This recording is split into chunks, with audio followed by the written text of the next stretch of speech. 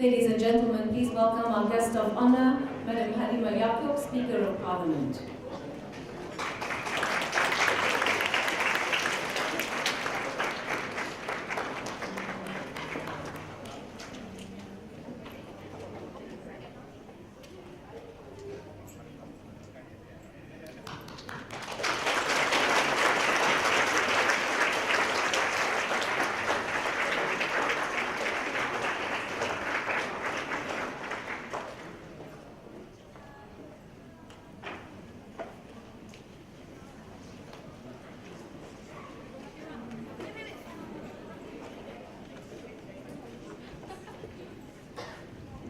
Thank you.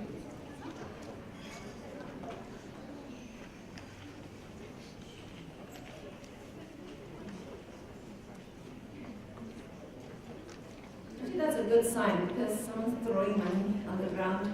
It's very, very good sign.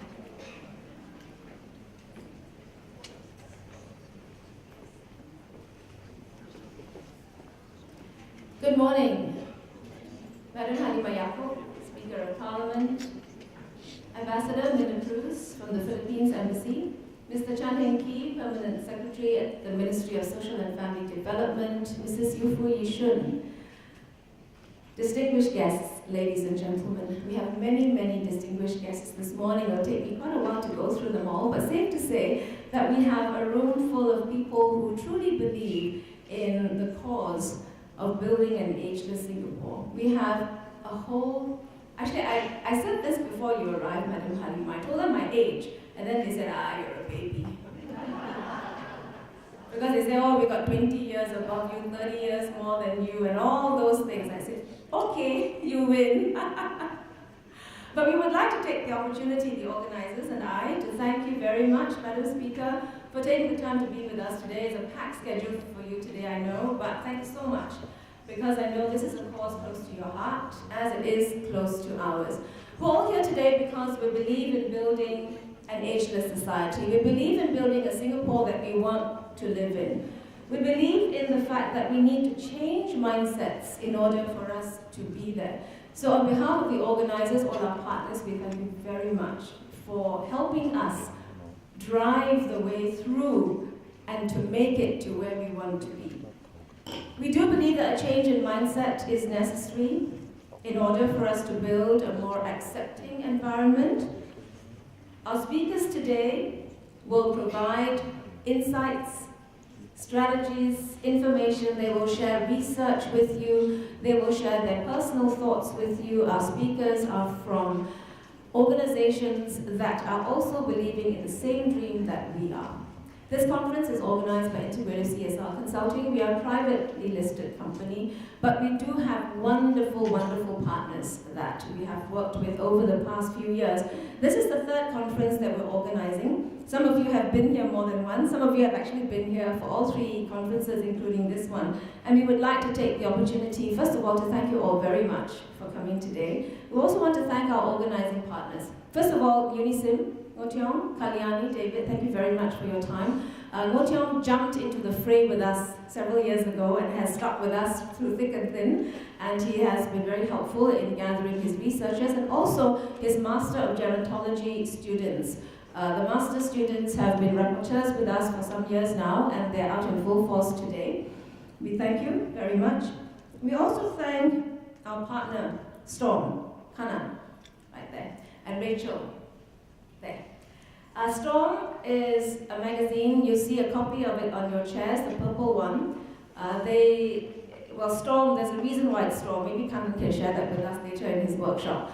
But they've also spent years with us, believing and helping us to build our movement and to build the way we want to reach Singapore and Singaporeans. So their messages in their magazine carry these messages. And Storm has been responsible for designing all our collaterals. The yellow book that you guys carry, and it's all designed by Storm, so it's a gorgeous piece of work as well. We also want to thank McCann World Group, Ben Blackfoot, and his entire team at McCann. They volunteered. In fact, all our partners who worked with us have volunteered the services, not just of themselves, but of their entire companies as well. So we thank you, Ben. Ben has been giving us advertising support. He has designed a lot of our collaterals too, and done all the public relations and media support for us as well. We want to thank Temasek Poly. Temasek Poly is our new partner. Temasek Polytechnic jumped in to the pond with us, so to speak. It was a chance email that came through to us because we had written to a past participant. And he connected us with the course manager, Julie, who's at the end of the room, together with Chinqui and Fairos, and they gathered with their students. And we said, maybe we can find a way to get your young people involved. They have a cohort of students who are taking the diploma in gerontological management studies, and they're all out in full force here today as well. By the way, it's their holidays. So a lot of them have holiday jobs. They've taken leave from their holiday jobs just to be here with us today, so thank you very much. And we thank you, TP, for so readily coming in to work with us, and we look forward to a continued partnership with you. To OUE, Overseas Union Enterprise, we thank you very much as well. Jacob is here with us today. Is Jacob here? Jacob Isaac from OUE. OUE has been our sponsor from year one, and they have supported us and the work that we do for some years now, and we thank you very, very much. The participation of young people from the master's program as well as the diploma program bodes well for us because it shows that the young people of today are committed to building a Singapore that they want to live in. They've selected gerontology as the diploma and master's programs as a thing that they want to pursue for the future. And so this really is good for us in Singapore because I think they do believe in what we're doing. The students have posters outside in the room, and Madam Halimah, I know you've had the opportunity to look through the posters, and we invite you all to do that too throughout the day. And the posters are a result of the research that they have done into the issues of age and aging. And so we thank you very much to all our students. A special thanks first to you, Madam, before I invite you up here. I know that this is something close to your hearts. You've spoken about it, and every time we read a speech that you've made in the papers or hear it on the news, we're very heartened because you speak our language, and we know that we're speaking yours too. So we are really, really happy today that we were able to invite Madam Halimah, and she agreed to our invitation instantaneously. She had Parliament to deal with the last few weeks, and yet she came up with her speech for today. Ladies and gentlemen, may I invite her, please join me in warmly welcoming Mdm Halimah Yacob, Speaker of Parliament.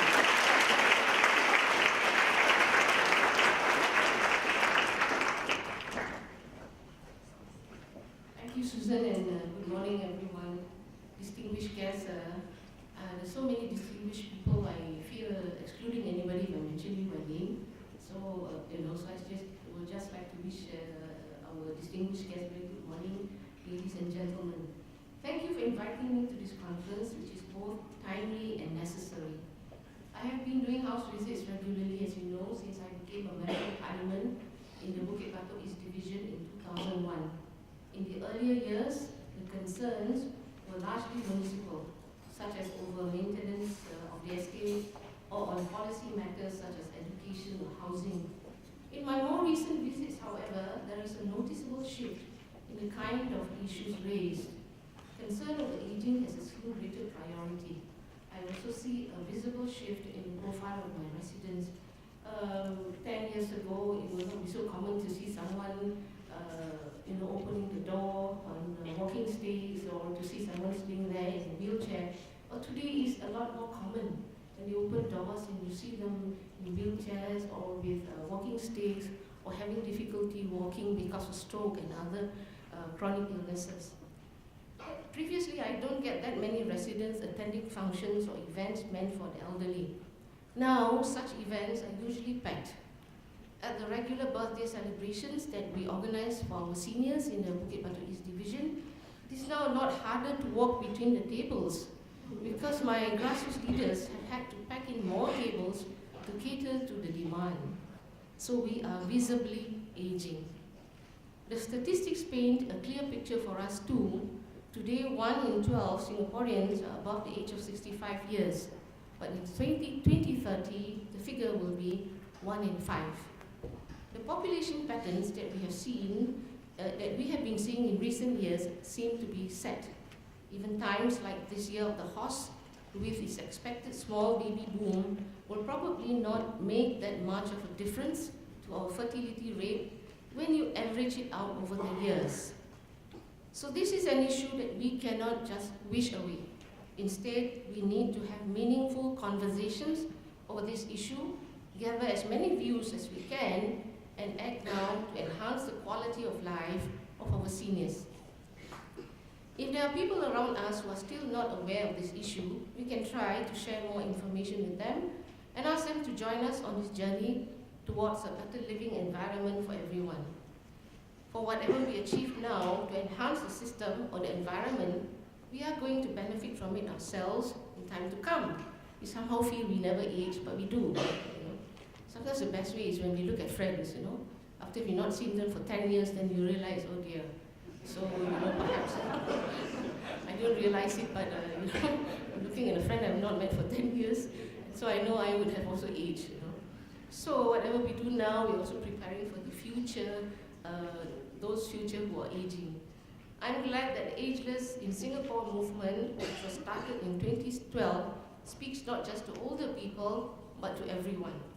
I know that you aim also to shift the mindsets of people of all ages, to get people not to place obstacles in the way of older people from realizing their aspirations. To achieve this, we need everyone to adjust how they think about aging. Young and old, employees and employers, policymakers and citizens, those who work in aging-related fields and those who do not. I think consumers have a role to play too, because we always call upon employers, but consumers are also the big culprit. If you see someone behind the counter serving you who's elderly, and then the person is a little bit slower, and then you see, yeah, so slow, better get someone younger, then you make a lot of noise, you complain. That puts a lot of pressure on the employers also. Then the employers say, yeah, that affects my business, So I've seen that happening. It's not just something I pluck out of the air. As you stand behind the queue, you listen to people talking and you do get that kind of feedback. So people are very intolerant. So if as a whole, in society, we are intolerant, we give out those vibes, and these are picked up, whether it's employers or other people providing services, you see. So we need to constantly ask ourselves whether we are being intolerant or getting into the live in a HDB estate, You see someone in walking sticks, getting slowly in, this is so slow, very cannot tahan, So I've seen that happening, So I think we need to be very tolerant ourselves. We need to re-examine ourselves, look at our own mindsets, and not just look at somebody else, point a finger and say that person is being intolerant, but we ourselves could be suffering from the same malaise. We certainly, and I'm also very glad to see that there are many people, like all of you here today, care about this subject. We need more people to go out and spread the word and help to build a more age-friendly society. The recent Pioneer Generation Package announced as part of Budget 2014 will go a long way in helping our seniors have greater peace of mind, especially with regard to healthcare security. Healthcare costs was a frequent issue raised by my older residents whenever I meet them during house visits. So the concerns are there. Like last week I went on house visit. There's an elderly couple living in this flat, and so the husband suffers from stroke, and the wife is the one taking care of him, and she always said that, look, it's very difficult for her to get out of the house, because to move out of the house she's afraid there's nobody taking care of him. Family members are not living with her, she does not have a maid. So those are real issues. And apart from just the healthcare costs, I think they also are concerned about the transport costs. For her, the cost of bringing the husband to for his regular checkups, for his medications and so on, she has to take a taxi. She can't take public transport. So these are some of the issues really. The Pioneer Generation Package would also help to provide greater relief to younger Singaporeans, who are the ones who often have to pay for the medical costs of their parents or grandparents. Other than helping our seniors by keeping our healthcare costs affordable for them, the government has also put in place many other measures, such as the ease or enhancement for active seniors program and the Senior Mobility Fund. The Senior Mobility Fund provides support for our seniors needing mobility aids, such as walking sticks or wheelchairs. But here we do need facilitators. Facilitators means people who would really connect them to these programs that are available, services that are available. Usually I find that could be one of the challenges. To date, EASE, which subsidizes modifications such as anti-slip treatment and grab bars, have benefited 24,000 households who have signed up for EASE. Our HDB housing estates are also now barrier-free and are therefore more age-friendly. But building what you call an ageless society has many other dimensions. The greatest value that we can add to our seniors is to ensure that they can continue to lead their lives with dignity and self-respect. Giving them independence by allowing them to work for as long as they wish to is an important aspect of this. We have to get rid of ageism that continues to plague some of our workplaces, something which I had previously spoken against. It will not go away overnight, but if there are enough of us who speak out against it, and if there are enough good employers who open their doors to our seniors, we will see less ageism in the workplace. For many years, I was involved in the work of the Tripartite Alliance on Fair Employment Practices, which among other things seek to reduce age discrimination by employers. We have made some headway in this area, but there is more work still to be done. In January 2012, the government passed the re-employment legislation. This has helped our seniors who are still working a great deal, as more could now continue working for longer periods. However, the problem has persisted for seniors who are seeking to re-enter the workplace after retrenchment or due to other reasons. I urge employers not to prejudge our seniors, but to go beyond age in deciding who to employ. I can assure you that whether someone is competent or not has nothing to do with age. I think many of us have worked with older people and we know they're really very remarkable, even better. This is not a slight on younger people. They are in many ways also sometimes more tolerant, more compassionate, more understanding. Especially in the service sector, they can be really very good, especially in delivering services to people who are disadvantaged, needy as well.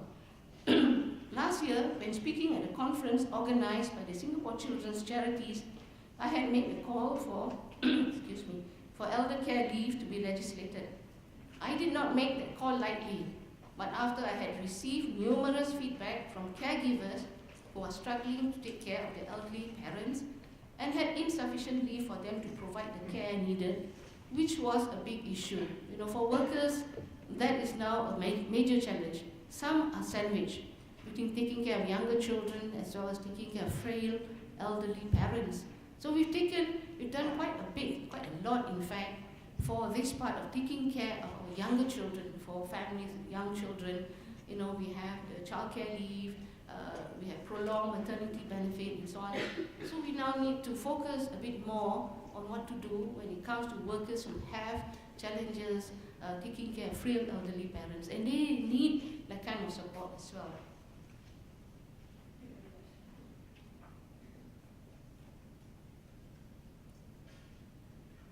Well, I would like to make this call again, and I hope that the government will seriously consider legislating